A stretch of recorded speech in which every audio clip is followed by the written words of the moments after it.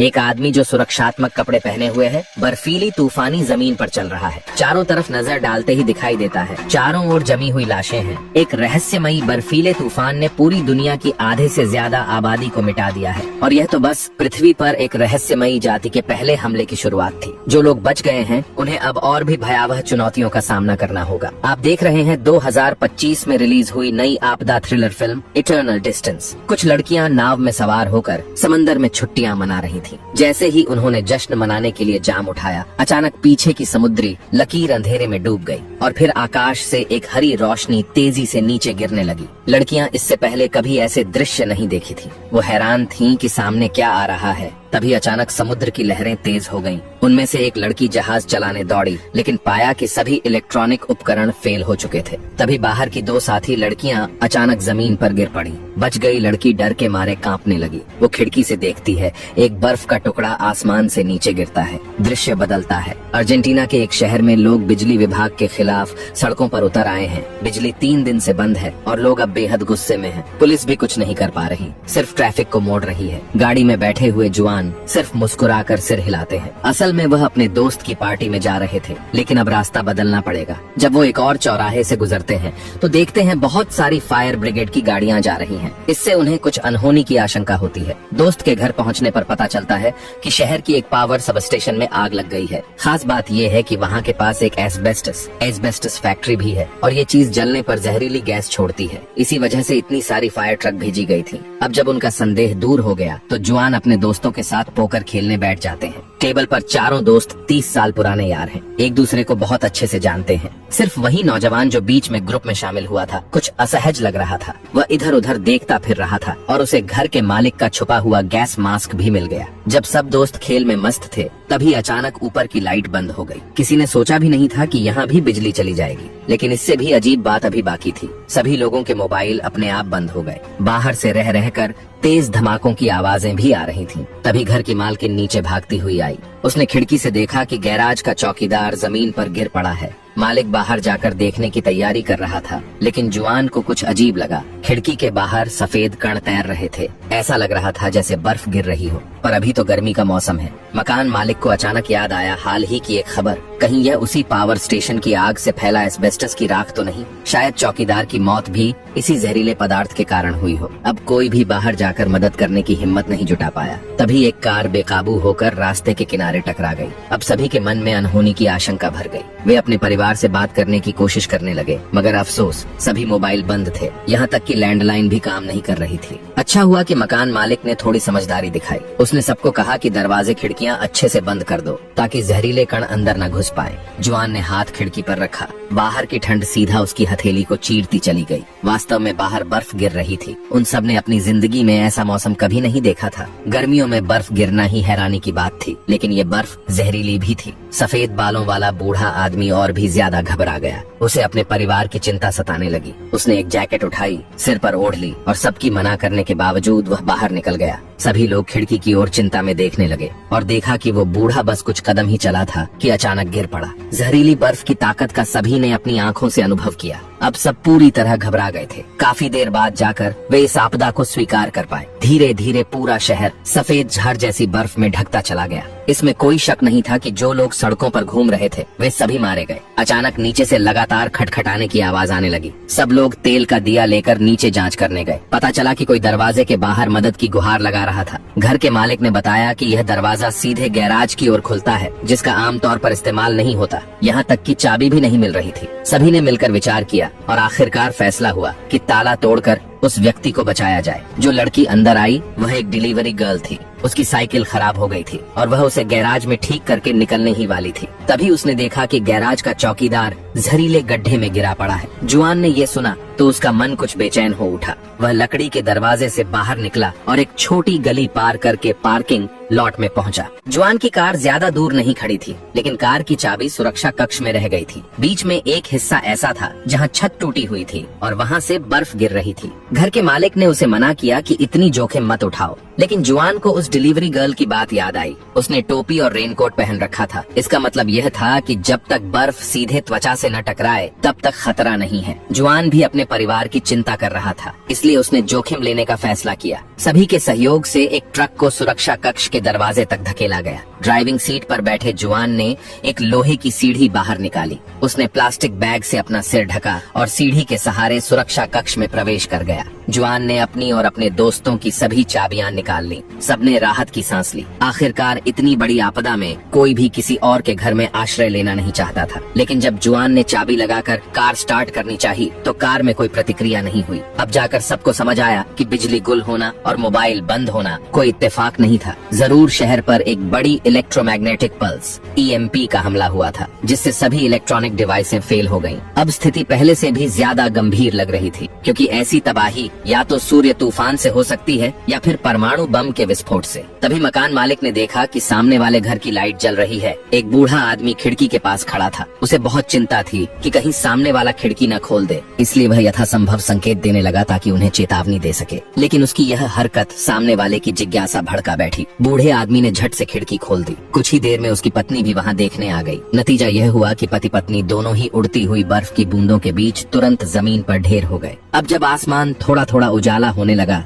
जुआन का चेहरा और ज्यादा गंभीर होता जा रहा था, क्योंकि उसकी बेटी को सुबह दौड़ने की आदत थी। ये सोचते ही जुआन ने तुरंत घर लौटने का निश्चय किया। उसके सारे दोस्त उसे मौत के मुंह में जाने नहीं देना चाहते थे, लेकिन जब उन्होंने जुआन का दृढ़ निश्चय देखा तो मकान मालिक ने उसे एक सुरक्षा सूट बनाने की ठानी। घर में पहले से ही वाटरप्रूफ सूट और गैस मास्क मौजूद थे। सबने मिलकर जल्दी जल्दी उसे पूरे उपकरण पहनाए, ये सुनिश्चित करते हुए कि उसकी 1 इंच त्वचा भी खुली न रह जाए। जुआन ने मास्क को पहनकर देखा। वह आसानी से सांस ले पा रहा था, इसलिए वह बैग टांगा और बाहर की ओर बढ़ गया। सभी लोगों की उम्मीद भरी निगाहों के बीच जुआन ने गहरी सांस ली और बर्फ से ढकी जमीन पर कदम रखा। बर्फ के फाहे धीरे धीरे आसमान से गिरते रहे, लेकिन ऐसा लगता था कि वे उस पर कोई असर नहीं कर रहे थे। लगता है ये खुद से बनाया गया सुरक्षा सूट वाकई प्रभावी था। बस सड़कों पर जो भयावह दृश्य थे उन्होंने जुआन की कल्पना से परे असर किया। वह लगभग हर एक कदम पर एक लाश देख रहा था। पूरा शहर मानो एक विशाल कब्रगाह में तब्दील हो चुका था। जुआन के भीतर से एक अजीब सा डर उठने लगा। कौन जाने इस आपदा में कितने लोगों ने अपनी जान गंवाई, क्योंकि यह बहुत ही अचानक आई थी। जो भी उस समय बाहर था उसे भागने का मौका तक नहीं मिला।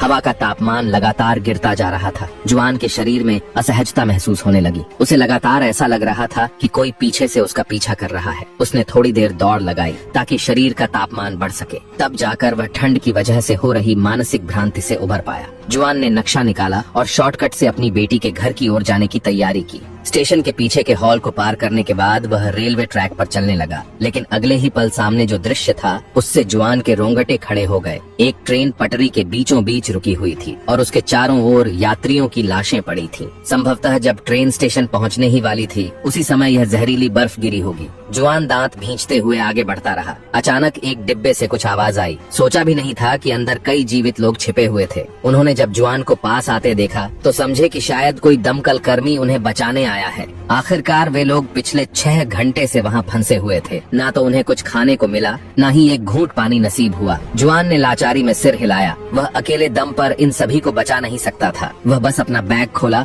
और उसमें से एक बड़ी बोतल मिनरल वाटर निकाल कर दे दी। अब आगे उनकी जान बचेगी या नहीं, ये सिर्फ उनके भाग्य पर निर्भर था। रेल की पटरी पार करने के बाद जुआन बहुत जल्दी अपनी पत्नी के घर के नीचे पहुँच गया, क्योंकि दोनों सालों से अलग रह रहे थे। बेटी हमेशा पत्नी के साथ ही रहती थी। सीढ़ियों की तरफ बढ़ते हुए जुआन ने अपना सुरक्षा मास्क उतार दिया। सीढ़ियों पर लगातार पानी बहता दिख रहा था। कुछ बचे हुए लोग दरवाजे पर खड़े शायद ताला तोड़ने की कोशिश कर रहे थे। जब जुआन उस मंजिल पर पहुंचा जहां पत्नी रहती थी तो देखा कुछ लोग दरवाजे पर खड़े प्रार्थना कर रहे हैं। उसने उन पर ध्यान नहीं दिया और सीधा घर के अंदर चला गया। कई कमरों में खोजबीन करने के बावजूद पत्नी और बेटी दोनों ही घर पर नहीं थी। जुआन के मन में घबराहट की लहर दौड़ गई। उसी समय ड्राइंग रूम के बाहर से कुछ हलचल सुनाई दी। उसे लगा कि घर में चोर घुस आया है, लेकिन पूछताछ करने पर पता चला कि उसकी पत्नी ने ही किसी को दवा लेने भेजा था। जुआन की नजर नीचे गई। उसके हाथ की पीठ पर कपड़ों से चिकन ब्लड लग गया था। वह समझा कि शायद अब उसकी मौत निश्चित है, लेकिन तभी उसकी पत्नी सबको चीरते हुए आगे आई।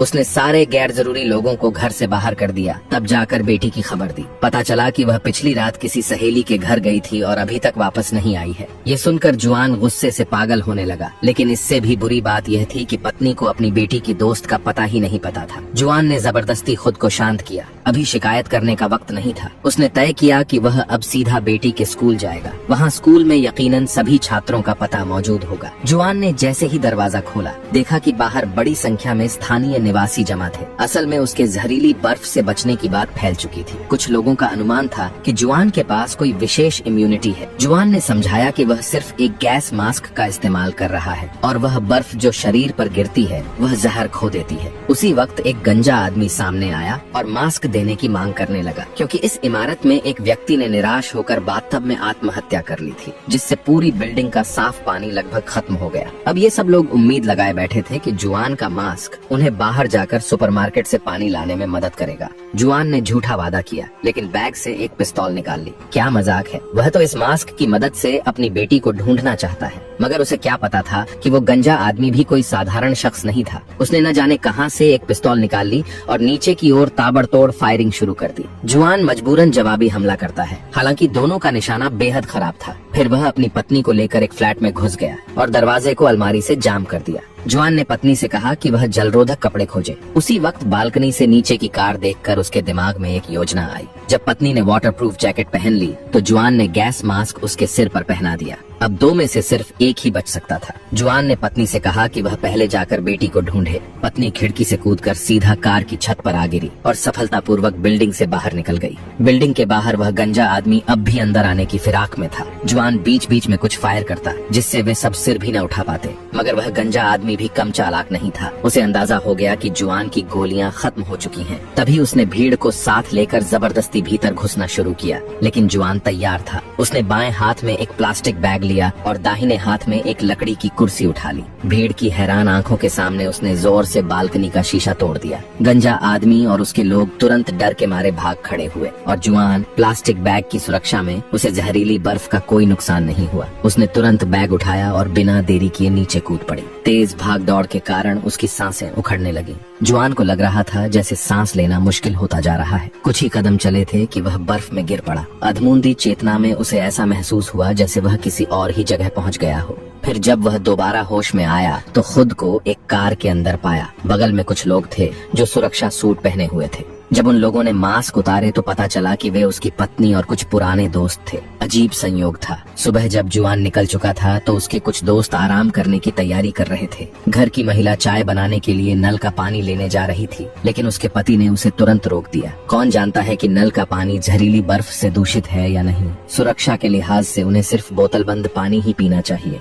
मगर घर में उसका स्टॉक सीमित था, ज्यादा से ज्यादा कुछ ही दिन के लिए। सबको पूरा भरोसा था कि जुआन समय पर लौट आएगा। वह सुरक्षा सूट पहनकर स्टोर से सामान ला सकता है। मानना पड़ेगा, घर के मालिक की सुरक्षा चेतना गजब की थी। खाली बैठने से अच्छा उसने सारे दरवाजे और खिड़कियां मजबूत कर डाली। आखिरकार इस दुनिया में अब कैसे कैसे लोग हो सकते हैं। वह डिलीवरी बॉय जब उसके हथियारों को देख रहा था तो मन में उन्हें छूने का ख्याल आया, लेकिन घर के मालिक का चेहरा जैसे किसी चोर को देख लिया हो। डिलीवरी बॉय अब एक पल भी वहाँ रुकना नहीं चाहता था। उसने हेलमेट पहनकर वहाँ से निकलने का फैसला किया। घर का मालिक फावाली जल्दी से उसे रोकने आ गया। वह बस सतर्क इंसान था, किसी को मरते हुए देखना नहीं चाहता था। फावाली ने तय किया कि वह उस डिलीवरी बॉय की साइकिल ठीक कर देगा, शायद उससे वह सुरक्षित घर पहुंच जाए। साइकिल ठीक करते हुए फावाली को एक हैरानी हुई। साइकिल की लाइट अब भी जल रही थी। जब उसने खोलकर देखा तो पता चला कि खराब तो बस LED लाइट थी। पुरानी वोल्फ्राम फिलामेंट वाली बत्ती अब भी काम कर सकती थी। फावाली के दिमाग में एक साहसी विचार आया। उसने एक ग्रामोफोन को बैटरी से जोड़ दिया तार के जरिए।